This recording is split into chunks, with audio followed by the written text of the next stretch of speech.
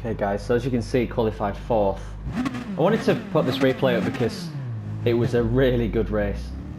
We're spending a lot of time trying to get a good lap on this because it's a rolling start, so it just shows how important qualifying is, because the distance between yourself and first is massive.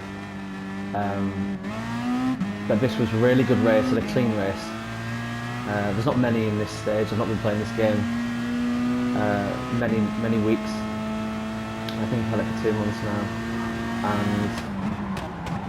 and the driver and sportsman brackets I'm currently in, there's a bit of touching, as you can see there. So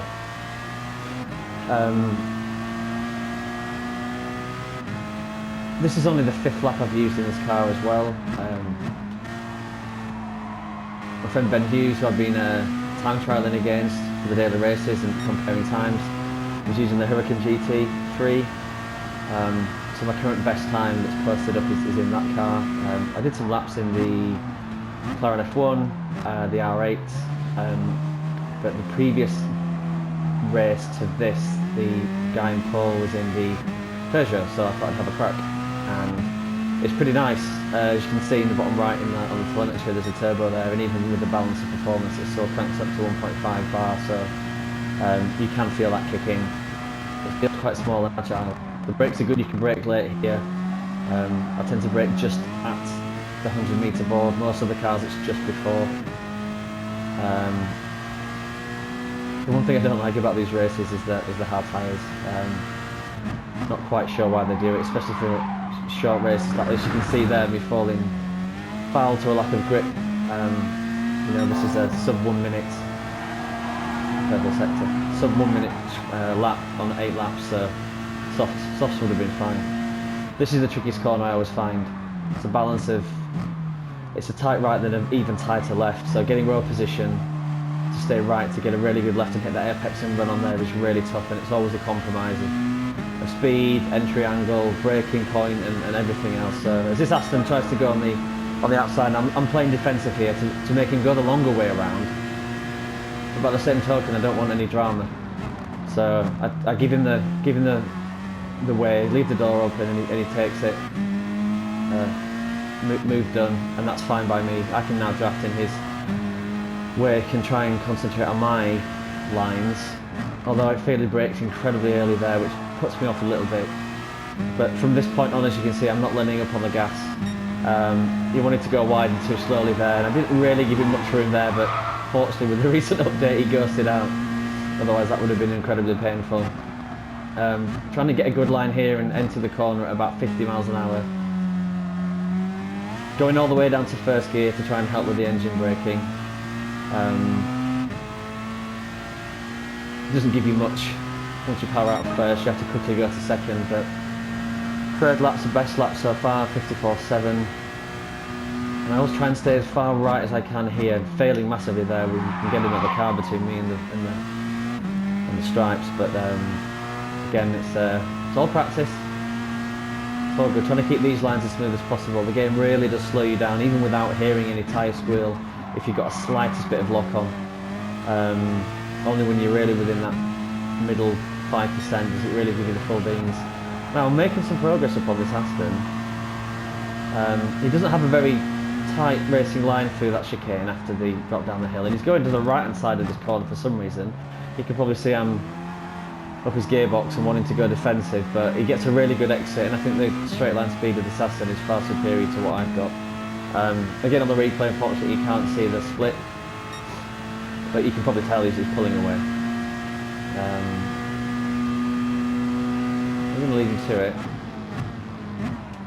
Thought about a move there, but again, nothing really going to happen. Don't want any drama. I wanted to keep my pace and speed.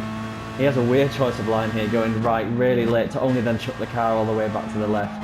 Not ideal, and that grass did not do me any favours. But at this point, you know, when you're within 2-3 tenths, you can really smell blood, and I always try to push the limits. My best lap on this track was actually in game, not in the qualifying time trial, so that kind of goes to show. That was a really poor exit as well, but again, trying to keep it smooth and slow in, fast out. I need to plaster that mantra on my wall behind the monitor. It always works, but it's really hard, finding it sometimes difficult to adhere to that in-game when the heat is on. So I'm trying to work with this Aston as we're closing out before the penultimate lap starts.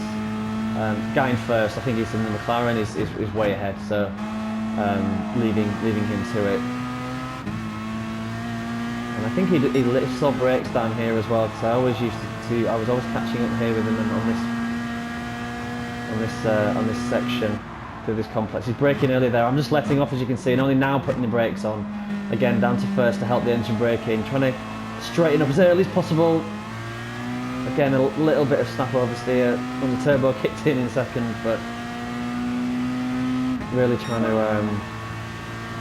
catch up now. Personal best, I think this is the closest we've been on this home straight.